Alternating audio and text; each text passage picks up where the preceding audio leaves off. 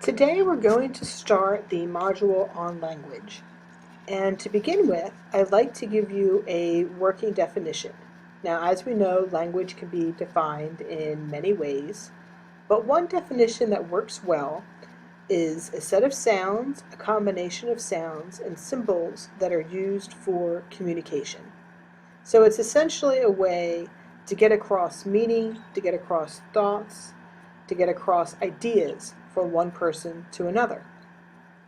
If I were to ask you how many languages do you think there are in the world today, what would you tell me?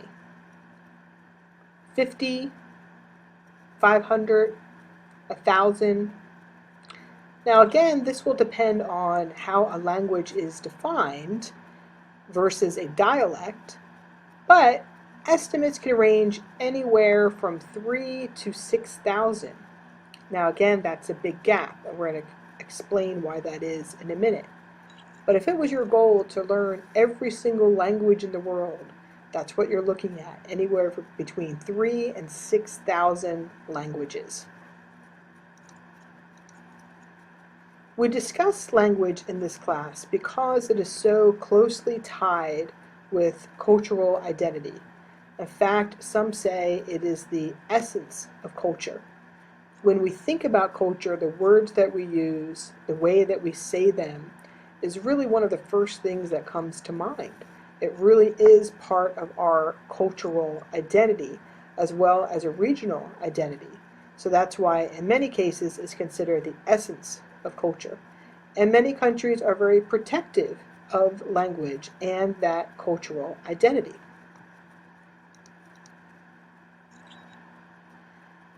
We can also look at it at a national level and national identity. So this is, again, closely related to Mentefacts that we talked about earlier. Now, when we talk about language, we can talk about a standard language and an official language. And actually, I'm going to talk about official language first. An official language is the official language of that country that has been decided upon by the government. So it is the language that is used in schools, it is the language that's used on road signs, in newspapers, on television. It is the chosen unified language for that particular country. Now, in some cases, there may be variations of that particular language.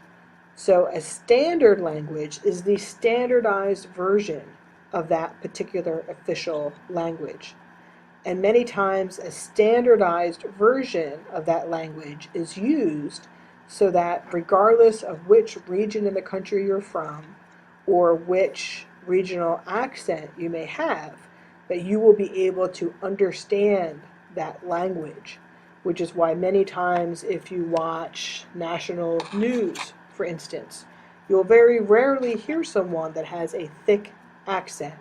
In fact, they probably won't have any regional identity at all. In most cases, they'll be using the standard version of that language, and that is so that everyone, no matter where they are from, can understand that particular language. Now, when I gave you that initial number of how many languages there are, and I said there are between 3 and 6,000 languages, you may have asked, well, why is there such a big gap between the number of languages? And I said it has to do with how language is defined. Because in some cases, someone may count a dialect as a separate language. And a dialect is essentially a regional or ethnic difference in the language. And it has to do with vocabulary, with how words are pronounced, with cadence, or a pace of speech. So this particular graphic is showing variations for a common name for soft drinks. And you can see it varies greatly from pop to soda to Coke to pop and soda to Coke and soda to Coke and pop, depending upon where you are in the United States. So they're all talking about the same thing, but they all have regional dialects or a difference in vocabulary for that particular item. If you think about California, you can probably think of certain words that are used in certain regions of California.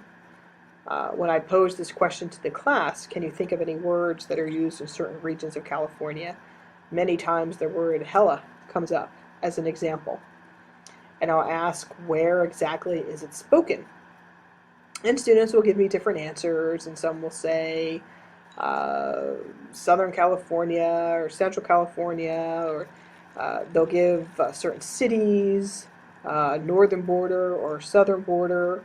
So they might say, oh, the southern border is Bakersfield, or it might be the Grapevine. So they'll have an extent at which the term hella is used.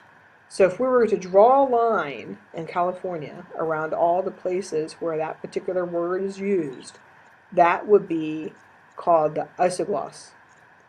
So the isogloss is essentially the boundary within which a particular dialect is spoken. The isogloss is the boundary within which a particular dialect is spoken. Now again, it could have to do with it may do with the actual vocabulary. What word do you use? Do you use pop or soda? It may have to do with how you pronounce something.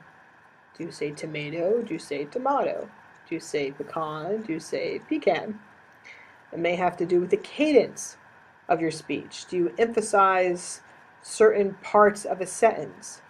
Does your voice go up at the end of a sentence? Do you ask, or do you say things in the form of a question? Do you sing things and have a sing-songy tone to how you say things? That's all part of cadence. Or it may have to do with pace of speech, how quickly or how slowly you talk. These are all parts of dialect. So the question becomes, how divergent or how different does a dialect have to become before it is considered a separate language? And that's why we have that number of 3,000 to 6,000 for the numbers of languages, because there might be some people that count all these different dialects as separate languages, and there may be others that clump more together.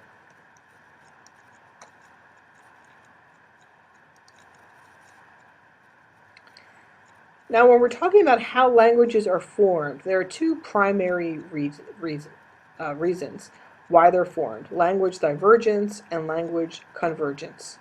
Now, we're not going to get into the whole tree of languages. That's more for a linguistics class. But if we look at different ways they're formed based on spatial interaction, divergence and convergence are the two primary ways. And language divergence is essentially when groups of people are separated. And when they're separated, they're then going to have barriers to diffusion of language. And if you have barriers to diffusion in language, those languages over time are going to change.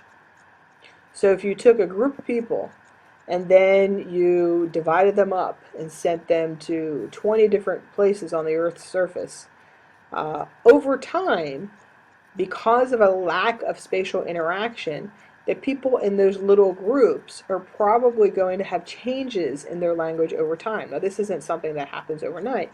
This is something that happens over many, many, many years. But that's language divergence, when you have less spatial interaction. Now, in other cases, you have people coming together and more spatial interaction, and that's language convergence. So if you took groups of people from different parts of the world, put them together in the same place, and they all mingled, over a period of time, there might be a sharing of language, a sharing of words, and you might even have a new language being formed out of that. So divergence has to do with less interaction. Convergence has to do with more interaction.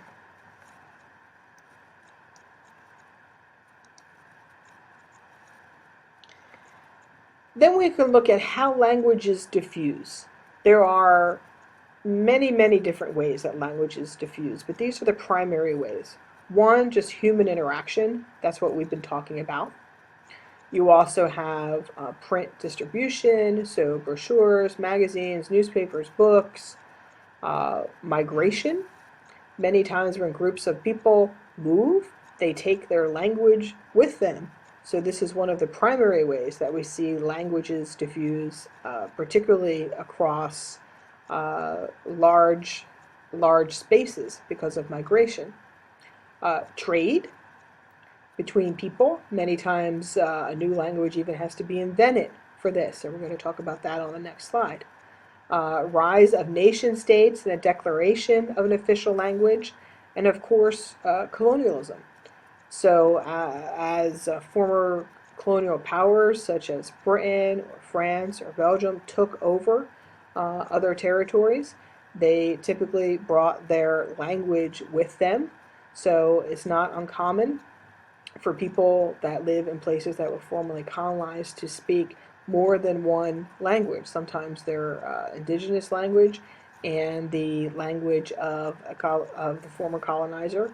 And in some cases, they might even have an additional language that is referred to as a lingua franca.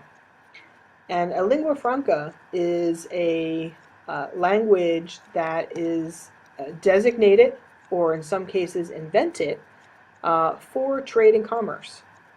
So if you have a particular area where many, many different languages are being spoken, you need to simplify that in order for people to communicate with each other for business. So if we look at East Africa, for instance, where we have dozens and dozens and dozens of different languages being spoken, Swahili is a lingua franca for that particular region. So again, many people in that region can speak not only their indigenous language, but they can speak the lingua franca of Swahili, and they can also speak their official language, which in some cases is Swahili, in other cases it is not. But this was a language that was actually developed particularly for that purpose. So people speaking many different languages could communicate. Either people within different tribes or people from different parts of the world. Now, there are a few language families that I want you to be familiar with. If we look at languages of Europe, we have Indo-European languages being the primary language family that is spoken in Europe. And underneath that category, we have Romance languages, Germanic languages, as well as Slavic languages. Now, you don't need to know all the individual locations of all the separate languages, but generally you have an umbrella formation where you have the family, then you have the subfamily, then you have the actual language underneath that. So in the case of a Romance language, would fall under the language family of Indo-European, the subfamily being Romance languages, and then say Italian or French or Spanish being the actual languages underneath that. So I just want you to be familiar with those three primary language subfamilies in Europe. If we look at languages of sub-Saharan Africa, we can see extreme language diversity where literally thousands of languages are spoken. I'd like you to be familiar with the Niger-Congo family, which is the orange color, which extends all the way from East Africa to Southern Africa. And this is the most widely spoken language family. Again, it is comprised of several subfamilies, but just focus on the actual families. The Niger-Congo family, sometimes referred to as the Niger-Kordofanian family. I also would like you to be familiar with this Khoisan family in the southern portion, and this is the teal color, and this is the oldest language family spoken in Africa. But also we have the effects of colonialism on language. Here it's just showing Indo-European languages being spoken in the southern portion of Africa, but actually, as I mentioned, all throughout Africa where there was a colonial presence, we can find Indo-European languages. So as I said, many can speak languages of the colonizer plus indigenous languages and official language.